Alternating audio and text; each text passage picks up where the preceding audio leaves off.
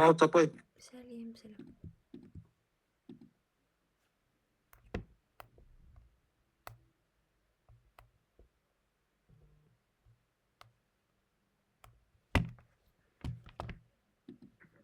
Алмас папай. Сәлем, болсын. Так, экраным көрініп тұр барлығыңа, иә? Так, кеттік. Бірінші, функция дегенде бізге бірден есімізге түсу керек ол нәрсе не? Ол әрине бізде y тең деп басталған, немесе fx дегеннің бәрі ол бізде не болады? Ол бізде функция болады, дұрыс па? Енді қараңдар, бізде функция дегеніміз ол анықтамасы бойынша не ол? Анықталу облысы кіреді оған бізге. Келесі мүмкін мәндер жиыны. Одан кейін не келеді? Кері функция. Бірінші анықталу облысы деген не еді бізде? Ол бізде, яғни x-тің қабылдайтын мәндері. X-тің қабылдайтын мәндері. Егер біз қараңдар, бір функцияны алайық мына жерде. Аяқта бөлек 1, 2, 3, 4 деп. Тура секілді 1, 2, 3, 4. Минус 1 болады, минус 2, минус 3 и минус 4. Минус 1, минус 2, минус 3 и минус 4. Енді қараңдар, мен мынау 0 нүктесінен өтетін. KF дейтін не? Ау? KF деген кері функция. Ол біріншісі мәндер Сәлеметсіз апай. Сәлем, сәлем. Біріншісі бізде анықталу облысы. АО деген ол бізде анықталу облысы. Келесі, үшіншісі ол бізде мәндер жиыны. Мәндер жиыны. Ашып жазайын ба? Анықталу облысы. Анықталу облысы. МЖ мәндер жиыны. Жиыны КФ деген ол бізде кері функция. Міне, қараңдар, осы жерде біз мынандай бір фигураны алайықшы. Так, мына жерден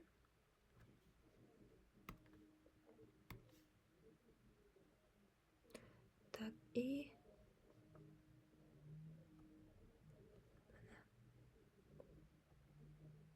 былай жүріп тұрған бір функцияны алайық, осы нүктелермен тоқтайтын. Енді қараңдар, бізде анықталу облысы дегеніміз, ол бізде мынау x өсі, мынау бізде x өсі болады, мынау бізде y өсі болады. Бізге не керек? Бізге осы именно x өсі арқылы өтетіні керек, мына жер. Мына ось бойынша. Бұл бізде анықталу облысы осы аяқталады. Яғни қараңдар, біз мынаны егер былайынан мен x өсіне түсіретін болсам, қараңдар, былайынан түсіретін болсам, міне, ол менде бір нүктесімен қиылса, дұрыс па? Мына жер бізде боялып тұрсын дейік. Боялып тұрсын. Мына жермен аяқталады ол. Енді мен мынаны x өсіне қарай түсіретін болсам, ол менде не істейді? Минус 2-ге келеді. Сонда менде мына аралық, менің мына аралығым, ол менде анықталу облысы болады функцияның, яғни x-тің қабылданатын мәндері, ол менде анықталу облысы. Сонда мына бойынша менде анықталу облысы, бірінші анықталу облысы менде бола қояды. Қалай болады? Менде іші боялып тұр. Іші боялатын болса, ол бізде не деген сөз? Тік жақша деген сөз. Іші боялмайтын болса, ол бізде жай жақша. Сол бойынша анықталу облысы бізде қалай болады? Мына жерде бізде тиісті минус 2-мен так, 1 болады, минус 2-мен 1 болады. Тік жақша. Енді бізде анықталу облысын df деп белгілейміз. df, міне. Сонда мына функцияның анықталу облысы бізге функциямен жұмыс жасаңдар десе, осылайын анықталады. Анықталу облысы түсінікті ме барлығымызға?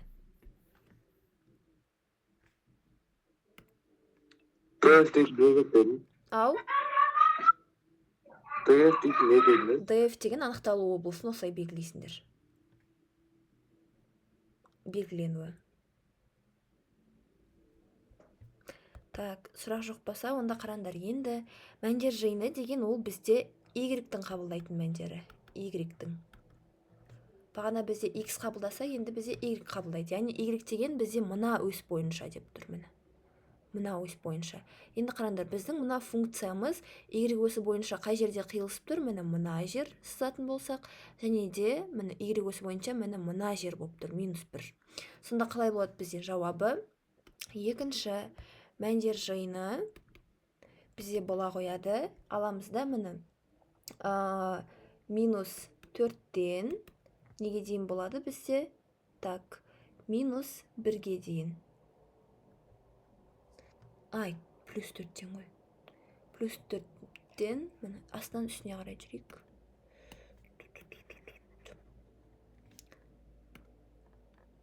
Сонда бізде қалай болады? Міне -1-ден, міне -1-ден басталып тұр мына жерден, аяқталып тұр -4-тен, y осі бойынша. Сонда қалай болады? -1-ден, тік жақша себебі біздің мынаның іші боялып тұр, -1-ден 4-ге дейін болады. Бізде мүмкін мәндер жиыны немен белгіленеді? F-пен белгіленеді. Тиісті. Яғни мүмкін мәндер жиыны бізде осылай анықталады. Сұрақ бар ма осы мүмкін мәндер анықталу облысы бойынша? Қазір есептер шығарамыз тағы. Жоқ.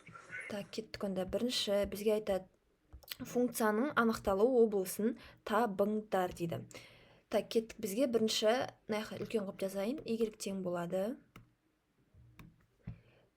3x + 4, 2x - 8. Мына жерде x-ның орнына қандай сан қоюға болмайды, қалай ойлайсыңдар? 0 мөлшері.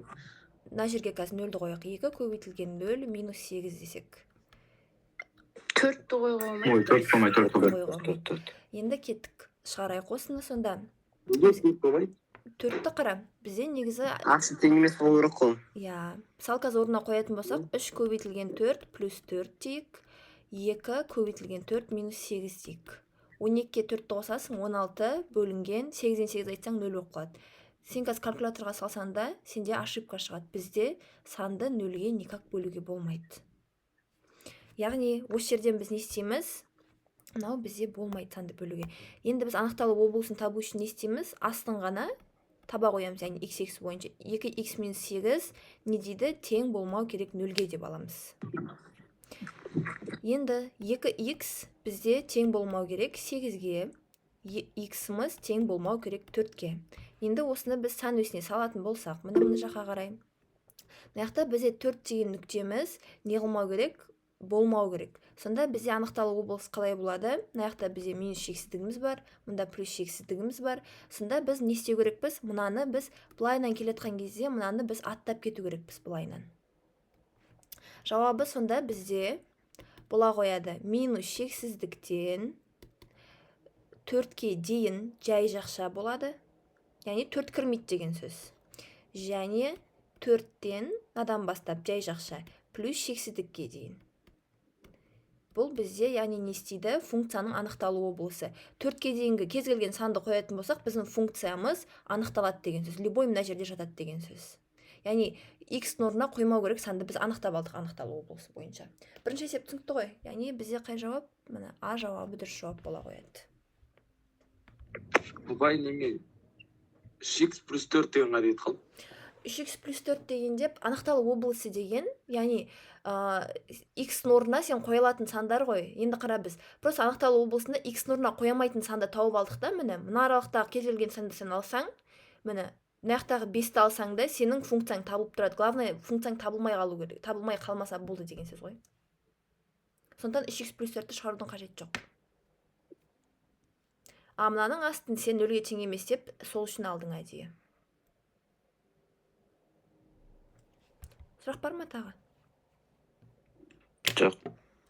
Так, келесі. Функцияның анықталу облысын табыңдар дейді. Бізге логарифм берілген. Так, бізде қараңдар. Логарифм бізде негізі А негіз. Аргументінде А болады, негізінде Б болады. Енді қараңдар, бізде не болу керек? Б-мыз бізде үлкен болу керек 0-ден. Және екінші оның несі бар? А үлкен болу керек 0-ден. Бізде мына жердегі санымыз. Және де А-мыз не істеу керек? Тең болмау керек 1-ге. Осында екі қасиеті бар оның. Енді бізге қараңдар. Біздің белгісізіміз А-ның орнында тұр ғой. Яғни біз не істейміз? Біз мынаны пайдаланамыз. Ал кеттік. Y тең болады.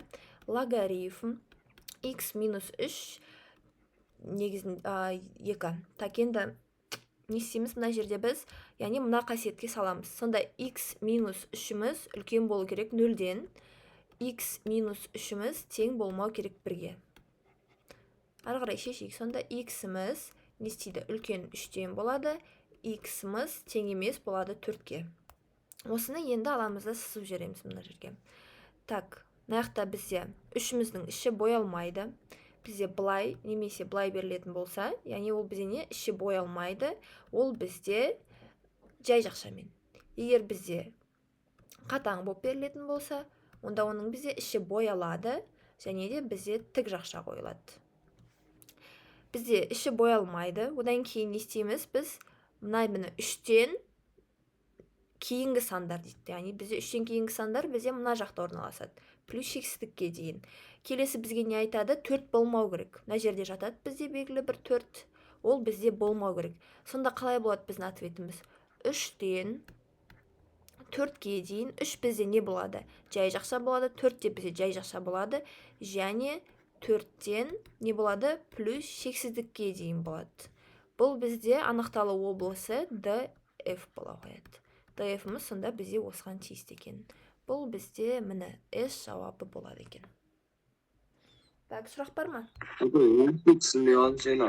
Неғып 4 болмау керек ол. Қайдан шығып кетті бәрі? Қара, сен аяққа 4-ті қоятын болсаң, Y тең болады логарифм. 4-тен 3-ті азайтсаң 1 болады ғой. 2-ден 1 болып қалады, дұрыс па? Енді қара, бізде қасиеті бойынша, логарифмның ережесі бойынша, сенің мына жерде тұрған саның 1 болмау керек. 1 болып қалатын болса, онда сенің уже логарифм қате деген сөз. Келесі, бізде мына қасиеті бар дедік. А үлкен болу керек 0-ден деп. Яғни сенде 0-ден кіші белгілі бір мына жерде минус сан шығып қалды делік. Жаңағы сәйкес келмейтін, қандай сан бар бізде? 2-ні қойдық делік мына жердегі.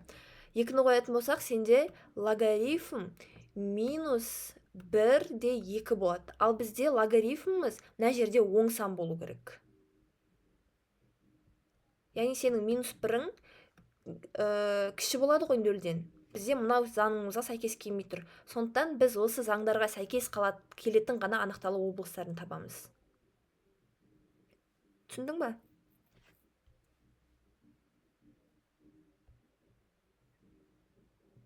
Қалғанымызға түсінікті ма есеп? Иә. Келесі бізде не дейді? Бізге арк синус берілген, иә? Так, енді қараңдар, бізге анықталу облысын табындар деген. Біз не істейміз? Бізде мынандай бар, қараңдаршы. Бізде қасиеті бар. Y тең, ағайда айтқан шығар, арк синус x болған кезде біз қандай аралыққа саламыз? 1-ден? Минус 1. Минус 1. Минус 1 мен 1-дің аралық. Сонда не істейміз? Минус 1 мен 1-ді береміз мәніне апай. Иә, былайнан 1, былайнан минус 1 деп жазып қойып мұқтай саламыз 1-ден. Сонда не істейміз? Мына жақтан азайтып жібереміз 1-ді, азайту 1, азайту 1 дейміз. Минус 2, 6x, 0 болып қалды. Не істейміз? Барлығын бөліп жібереміз 6-ға. Бөлеміз 6-ға, бөлеміз 6-ға. Минус 3-тен 1 болады, x болады, аяғымыз бізде 0 болады. Енді сонда біздің x-іміздің табылатын аралығы минус 3-тен 1 мен 0-дің аралығы екен. Тиісті сандарды табыңдар дейді бізге. Яғни мен алайында сан өсіне белгілей салайын. Мынаяқта бізде іштері боялады, қатаң болып тұр. Минус 3-тен 1-ден. Минус 3-тен 1 біз жұқтап алатын болсақ 0,33 примерно. Одан кейін 0. 0-дің іші бізде тоже боялады. 0. Бізде яғни аралығымыз мына жерде болып тұр ғой міне. X-іміз осы аралықта табылып тұр. Енді бізге айтады, осы аралықта жататын сандар бізде 0 жатады, себебі тік жақшамен белгіледік. Келесі 1 кірмейді бізге. Минус 0,2. Примерно мына жерде жатыр. Кіріп тұр біздің аралығымызға. 0,25 тоже кіріп тұр аралығымызға. 3 кірмейді, 4 кірмейді. Сонда бізде А жауабы, С жауабы, Д жауабы дұрыс жауап болады екен. Так, сұрақ болмаса кеттік ары қарай. Келесі Y-тен ау қалай? Әзір неге 2 рет минус 1 өтеді? Мынаның ішіндегі біз тек қана x-ті қалдыру керекпіз ғой. Сондықтан мен ішіндегі сандардан шетінен құтылдым. Егер сен жақшаның бір жағына минус бір дейтін болсаң, сен бүкіл жағына сен қандай амалды орындадың, сол амалды сен бүкіліне орындау керексің. түсінген жоқпын. Так, қара. Мысалы, саған 3x плюс 2 берілсін, иә? Мұн жақта 4, мұн жақта 6 берілсін. Енді сен не істейсің? Мына 2-ден құтылу үшін не істеу керексің сен? Барлығын 2-ден азайтпайсың ба міне? 2, 2. Сол кезде сенде мынау 2 мен 2 жойылады да, аның ішінде тек 6x қалады. Шетінен құтылып атсың, иә? Қара. Мына жақта 2 қалады. Енді 6-дан құтылу үшін, көбейтілген 6-дан құтылу үшін сен не істеу керексің? Бөліп жіберу керексің. Сенде тек қана ішінде x қалу үшін. Сен мынаны 6-ға бөлдің ба, сен барлығын 6-ға бөлу керексің. Мына екеуі қысқарады, 2-ден 3 қалады. Ой. 2-ден 3 қалады. 3 қалады мына жерде. 3. Мына жақта қысқарады да, сенде x қалады. Мына жағыңда сенде 3-ден 1 қалады. Міне, яғни сенің x-іңнің анықталатын аралықтары осы болады. Міне, мына жер сенің x-ің анықталатын нелері болады. Поэтому біз мына жерде тек қана x қалдыру үшін қосылған жерден азайттық, көбейтілген жерге бөліп тастадық. Түсіндің ба? Рахмет. Апай, Ау. мынау аралықты жатқан кезде 0 не үшін саналады? Қайсы? Минус 3 бөлінген 1 мен 0-ның арасындағы сан анықтамыз бит. 0 не үшін саналады десең, қарасын, 0 сенде бит мынаның жауабын жазған кезде, мына керек емес. Мынаның жауабын жазғанда сен былай жазбайсың ба? Минус 1-ден 3-ке дейін тік жақша, себебі не болып тұр, сенде мына жерде қатан болып тұр. Және дейсіңді 0 дейсіңді тоже былай аласың. Яғни сенің 0-ің де ответке кіріп тұр. Минус 3-ден 1, 4 сандар кетеді да, сенің 0-ің тоже кіріп тұр. Егер сенде 0-ің жай жақша болатын болса, былайынан болатын болса, онда сен былай алатың. Минус 3-ден 1 кетесің, одан кейін жағағы минус 1-мен бітер еді сенде. Яғни одан кейінгі 0-ді сен кіргізбейтін едің. Түсіндіре алдың ба? Түсінікті. Иә, түсінікті.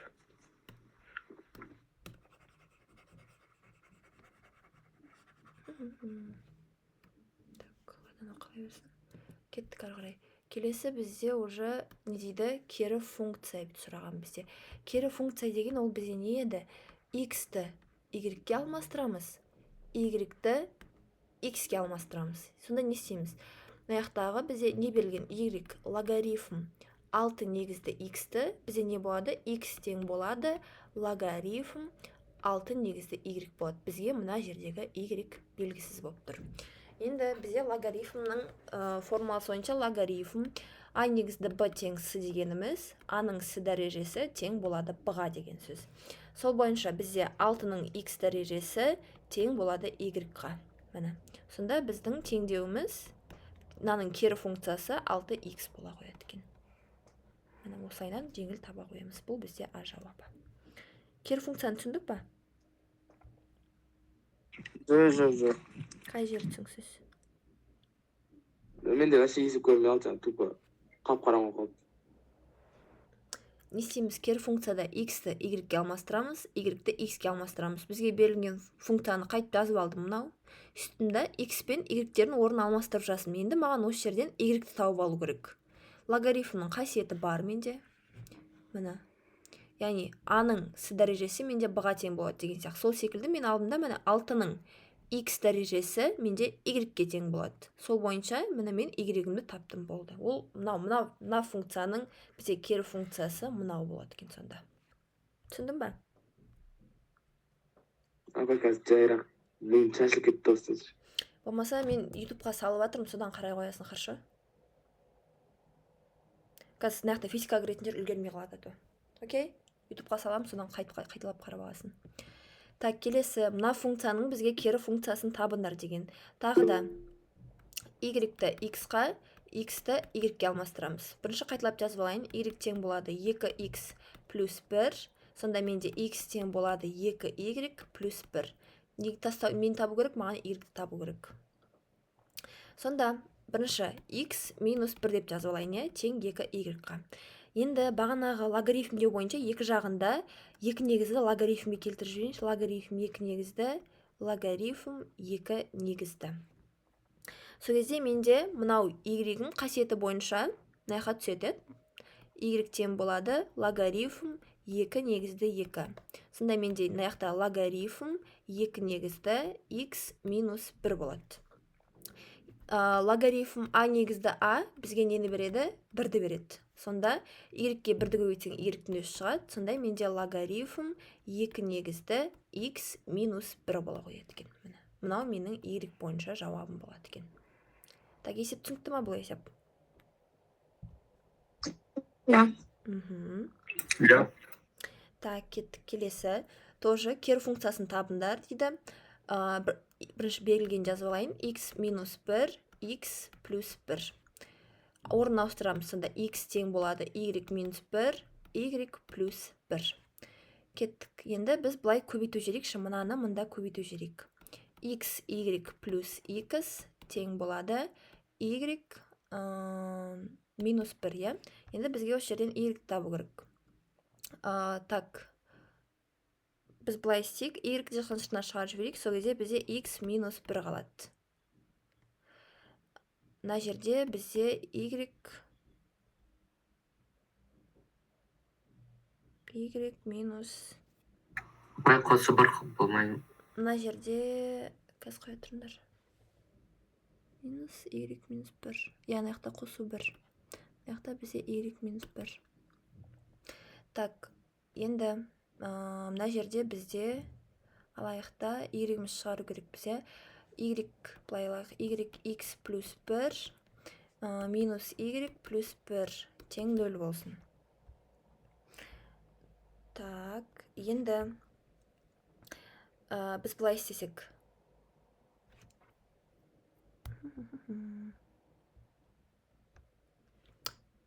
жерде неге біз Y-тен құтыламай қалдық?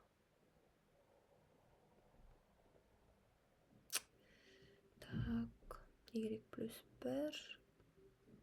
Y жақын сыртынан шығарып жіберсек. Нет, бұлай істейікші.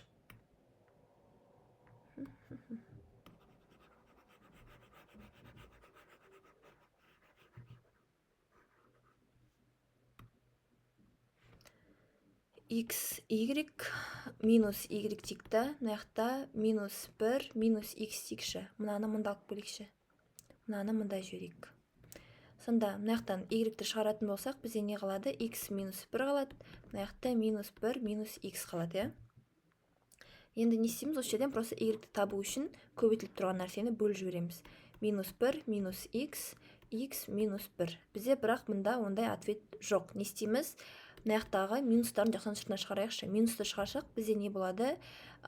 Минус 1 плюс X қалады мына жерден. Астынан тоже шығарып жіберейік минусты. Сол кезде бізде так шыға қояды. 1 минус X шыға қояды.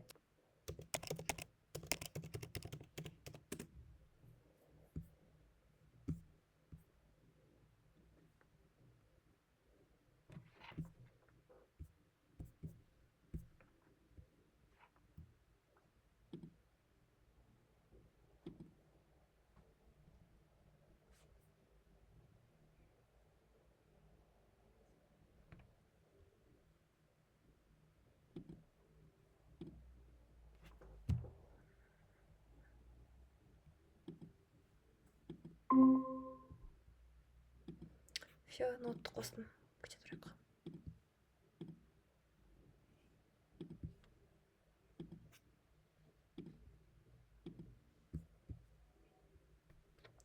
Так, біз мына жерге келіп тоқтадық, е?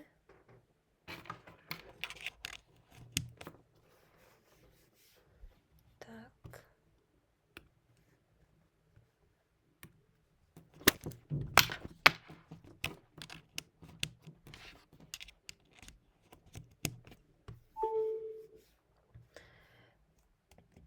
Енді қараңдар, мынау 2 минус не істейді бізге?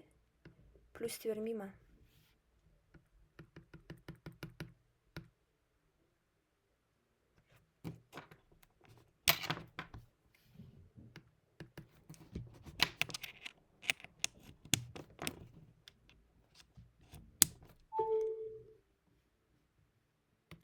Екі минус бізге плюсті береді, мына жердегі. Плюс береді, сосын не істейді? Бізде екеуі де қысқарып кетеді. Сонда бізде не қалады? 1 плюс x бөлінген 1 минус x қала қояды. Яғни бұл бізде қай жауап болады? Міне, сонда бізде с жауабы шыға қояды екен. Мына есепті түсіндіңдер ме? Иә. иә. Келесі функцияның мәндер жиынын табыңдар дейді бізге. Так, қараңдар, бізде мынандай бір не бар. Егер бізде fx деген fx тең болады, яғни аның x дәрежесі, яғни n немесе плюс b x n минус 1, яғни осылайынан жалғаса береді. Осылайынан беретін болса, мысалы, мынау бізде сондай функцияға келіп тұр ғой, дұрыс па? Яғни бізде fx-іміз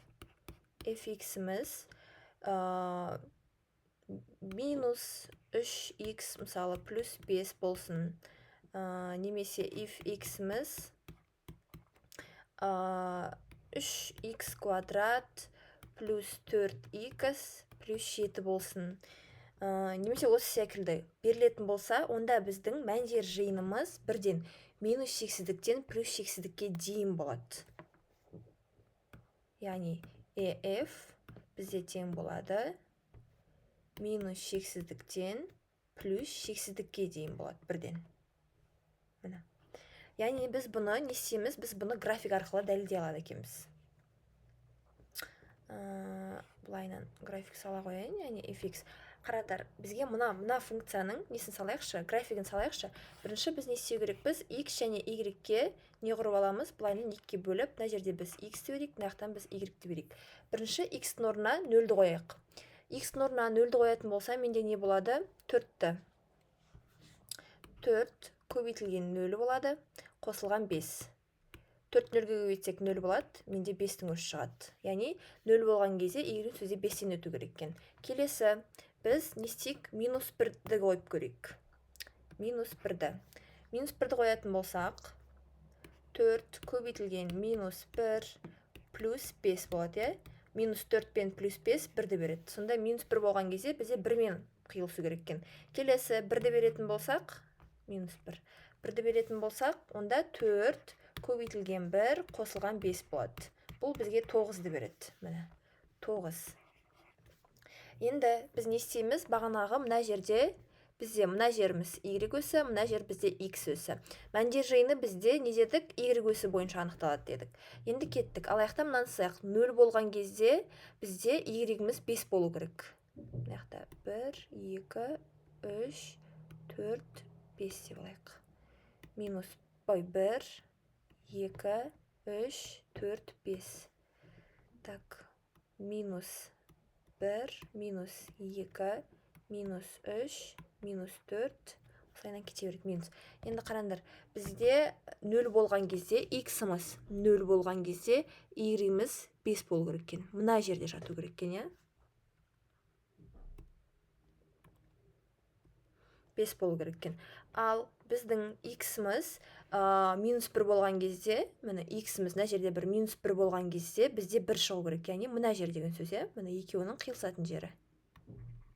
Одан кейін келесі, бізде x-іміз 1 болған кезде y-іміз 9 болу керек. Мына жер деп алайық. Сонда бізде не шығып тұр? Мұндай бір түзу сызық шығып тұр, міне. Бұлайынан кете беретін. Міне. Тоқтамай кете береді, дұрыс па? Мынаяқтан міне минус шексіздікке дейін, мынаяқтан белгілі бір плюс шексіздікке дейін кете береді. Яғни, сонда егер біз y өсімен алатын болсақ, біз бұны бұлайынан түсіретін болсақ, ол бізде плюс шексіздік болады, бұлайынан бүйтіп сәйкестендіретін болсақ, ол бізде минус шексіздік болады, дұрыс па? Яғни сонда біздің EF-міз не бола қояды? Минус шексіздіктен, осы жерден шығады міне. Тиісті минус шексіздіктен плюс шексіздікке дейін деген осынан шыға қояды екен. Есеп түсінікті ма?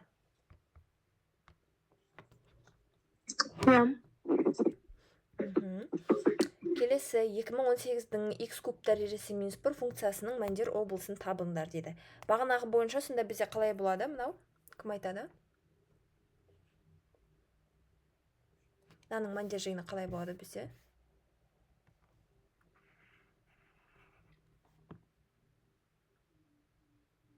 EF. қандай болады? Мен бағана не деп айттым? Яғни бізде мына формула бойынша міне 3x квадрат плюс 4x болсын, немесе 7x плюс 6x болсын, немесе басқа болсын. Мынау бізде сондай болып тұрған жоқ па? Яғни бізде мәндіру болса не болады? Мына жауап бола қояды екен. Неге екені түсінікті ма?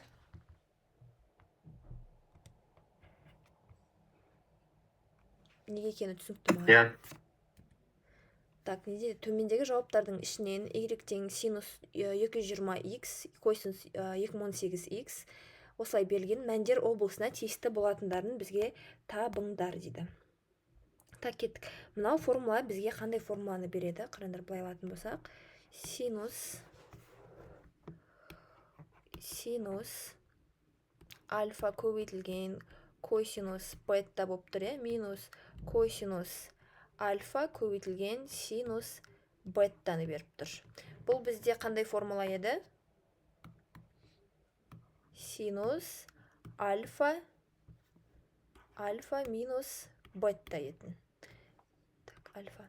Енді осыған қоятын болсақ, сонда бізде қалай болады? Синус альфаның орында 2020x тұр бізде.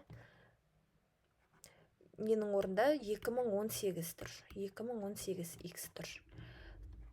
Қосамыз 2019-ды. 2019-ды. Сонда бізде мына жерде не болады? Синус 2x болады бізде. 2020-дан 2018 азайтсақ. Плюс 2019 болады екен. Енді қараңдар, бізге не дейді? Мәндер облысына тиісті аралық табыңдар деп. Бізде, мысалы, синусты өшке салған кезде біз не істейміз? Оны минус 1 мен 1-дің аралығында деп анықтамаймыз ба? Иә? Синус 2x, сонда бізде ол минус 1 мен, яғни минимум минус 1 мен максимум 1-дің аралығында жатады. Біз бұның даже радиусын 1 мен минус 1-дің арасында аламыз. Сонда біз не деп аламыз? Синус 2x-іміз тең болады минус 1 деп аламыз бірінші жағдай. Сонда бізде не болады? Минус 1 плюс 2019 тең 2018 шығады бізде. Келесі. Синус 2x тең алайық, 1-ге деп алайық. Сонда бізде 1 плюс 2019 бізде тең болады 2020-ға. Сонда біздің мәндер облыс жататын аралық, EF-іміз жататын аралық қалай бола қояды? Тік жақша 2018 және 2020 тік жақша. Сонда мәндер аралығына тиісті болатын сандар ол бізде 2018, 2020, осы екі жауап, сонда біздің жауаптарымыз бола қояды екен. Есеп түсінікті ма? Менде жаңа физика зачет келіп отыр, шыға берсем болады ма, пожалуйста? Хорошо, шыға. Есеп түсінікті ма? Так, келесі. Біз былай алайық.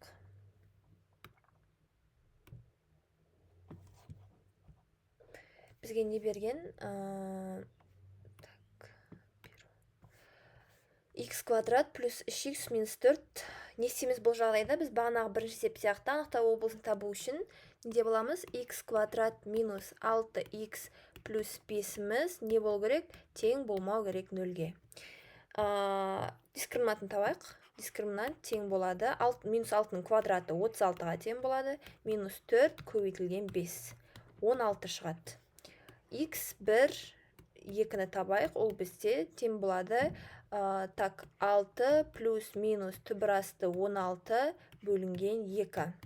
Сонда бізде қандай ответтер шыға қояды? 5 және 1 деген ответтер шығады. Енді сонда не дейді біздің? X-іміз тең емес 5-ге, X-іміз тең емес 1-ге. Осыны аралыққа салып жіберейік. Міне. Аламызда енді қараңдар. Бізде аяқта тең болмау керек 1-ге, тең болмау керек 5-ге. Қалған аралықтың бәрі біздің жауабымызға кіреді. Сонда не істейміз? Біз мына жерлерді аттай өткен мәндерін жазайық. Сонда минус шексіздіктен 1-ге дейін жай жақсайы, және 1-ден 5-ге дейін, және не болады? 5-тен плюс шексіздікке дейін.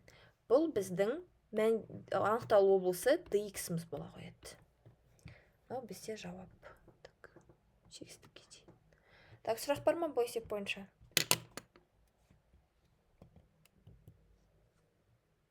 жоқ. Жоқ. Так, тақырып түсіндік